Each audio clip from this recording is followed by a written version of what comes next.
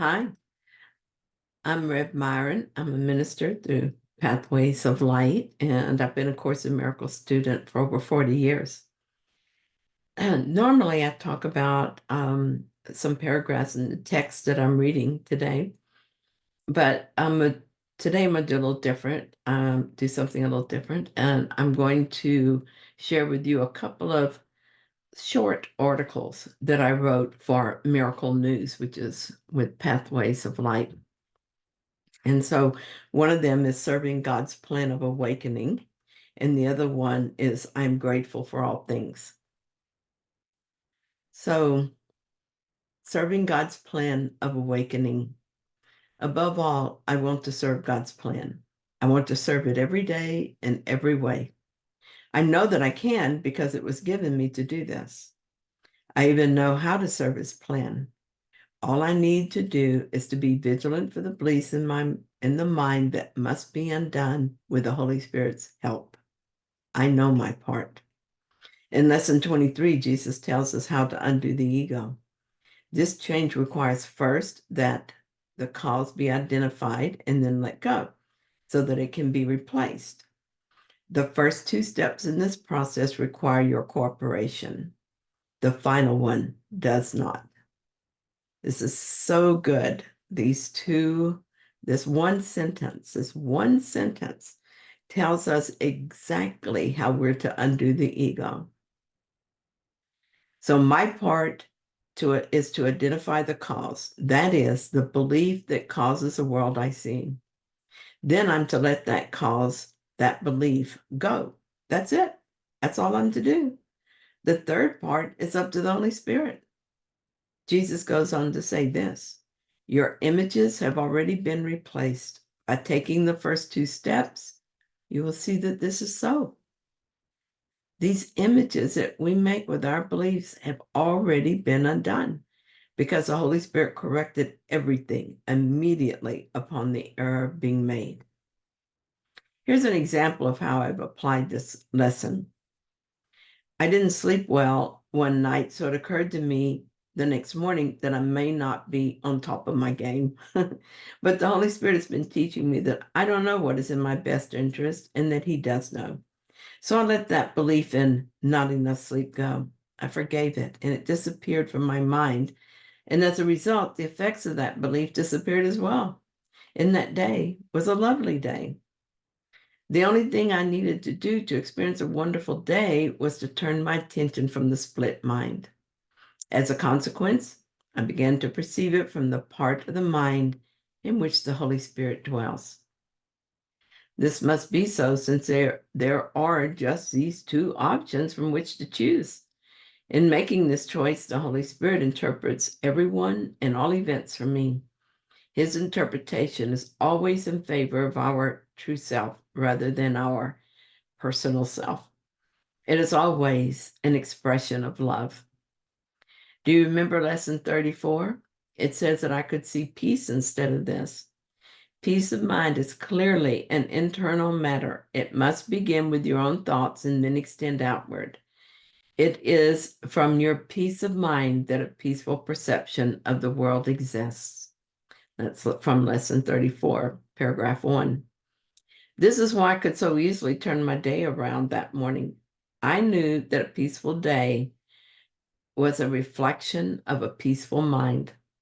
When I had the thought that I didn't get enough sleep, I felt concerned and so was not peaceful. I then remembered that there is another way of looking at that idea.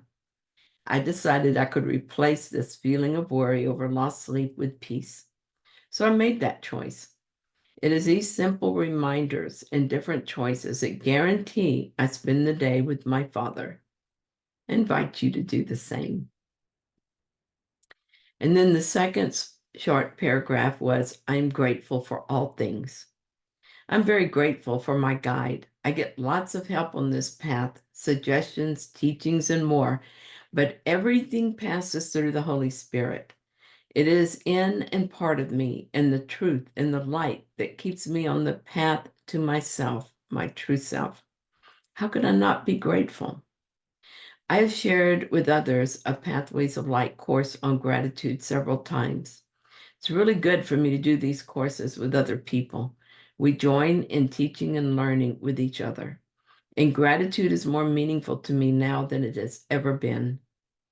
I am now grateful for all things, even the problems. After all, they bring me the opportunity to heal the false thoughts in my mind. I didn't always appreciate the power of gratitude. Before I began studying Pathways of Light Practitioner Course 903, Gratitude for God's Gifts, I didn't really understand why gratitude was important. Now I marvel that there was ever a time I didn't understand the power of gratitude. When I'm grateful, I am peaceful and happy. My goodness, what else could I ask for? I was feeling uneasy one morning. I wasn't sure why that was so I asked the Holy Spirit to show me what I needed to know. Thoughts from the day before began to parade through my mind. I had a glitch with my computer, and I worried because it was an old, in computer years, computer, and now I know we'll have to replace it, probably sooner than later. That's a big expense. My dishwasher was making an awful noise, and that was going to have to be replaced as well. Another big expense. There's several other things in my life that are adding to those expenses. Okay, I seen finally that I had fallen into the belief in lack and loss. So I started using a gratitude list. Something I learned from studying gratitude for God's gifts is to make gratitude lists to help establish truth instead of fear in my mind. I absolutely love this list of things I'm grateful to have. This list is so much better than the list I used to make, like I'm grateful it's not raining, and grateful that I have enough money, and grateful that I lost 5 pounds. My new list, on the other hand, reflects my current beliefs perfectly. I'm grateful that for what I am given through God, the Holy Spirit, to guide and comfort me, peace and joy, the love of God, the recognition that I'm one with all that is, and that I can let Holy Spirit set my goal in all my relationships, and so many more wonderful gifts. I'm so very thankful that God created me, that I am like God in every way. I'm grateful that I am free to experience whatever I want, but that the truth remains true. I'm so grateful for the Holy Spirit in my mind, guiding and comforting me as I return home.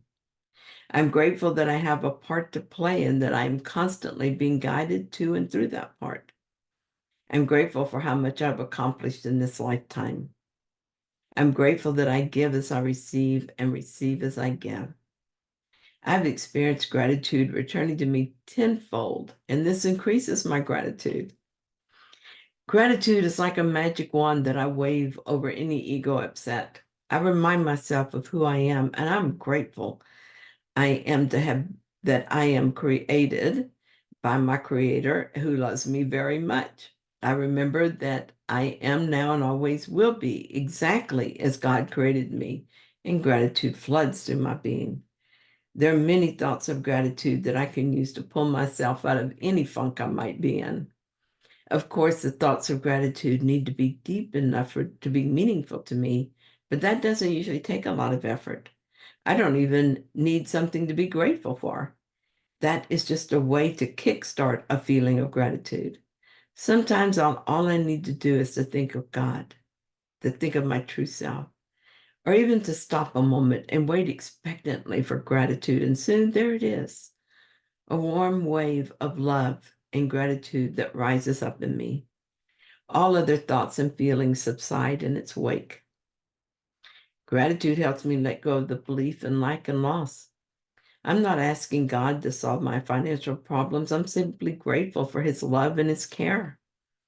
Lesson 124, it says, today we will not doubt his love for us, nor question his protection and his care. For meaningless anxieties can come between our faith and our awareness of his presence. We are one with him today in recognition and remembrance. We feel him in our hearts. Our minds contain his thoughts. Our eyes behold his loveliness in all we look upon.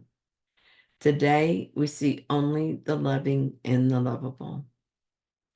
How could I not be eternally grateful to God? He gave me all of himself in my creation. He made me God just like him. In absolute trust, he lovingly let me go on my own way to play in the field of infinite possibilities. I am his treasure. He placed in me the call to joy so that when I was done with my play, I could always find my way home. He created angels to watch over me and protect my mind from dark thoughts while I imagined myself far from home. How could I be anything but grateful? Just thinking about it sends waves of gratitude and love coursing through me. I'm no longer concerned about these future expenses. The future will take care of itself if I remember to place it in my loving Father's hands. None of these possible problems were the real problem anyway. It was my thoughts about them that caused me distress. I'm beyond grateful that I have the power of decision. I can decide to change my mind, and my experience changes with it. No more belief in lack and loss, and the effects of that belief disappear as well. I am happy and at peace. And I will add, just as a PS to this, that both of those expenses were very quickly taken care of. And I am right now recording this on my new computer. And when I'm through, I'm gonna go put the dirty dishes into my new dishwasher. Thank you so much for joining me. If you found this helpful, then please like it. And if you haven't yet, please subscribe. And I'll be back soon with another reading. See you then.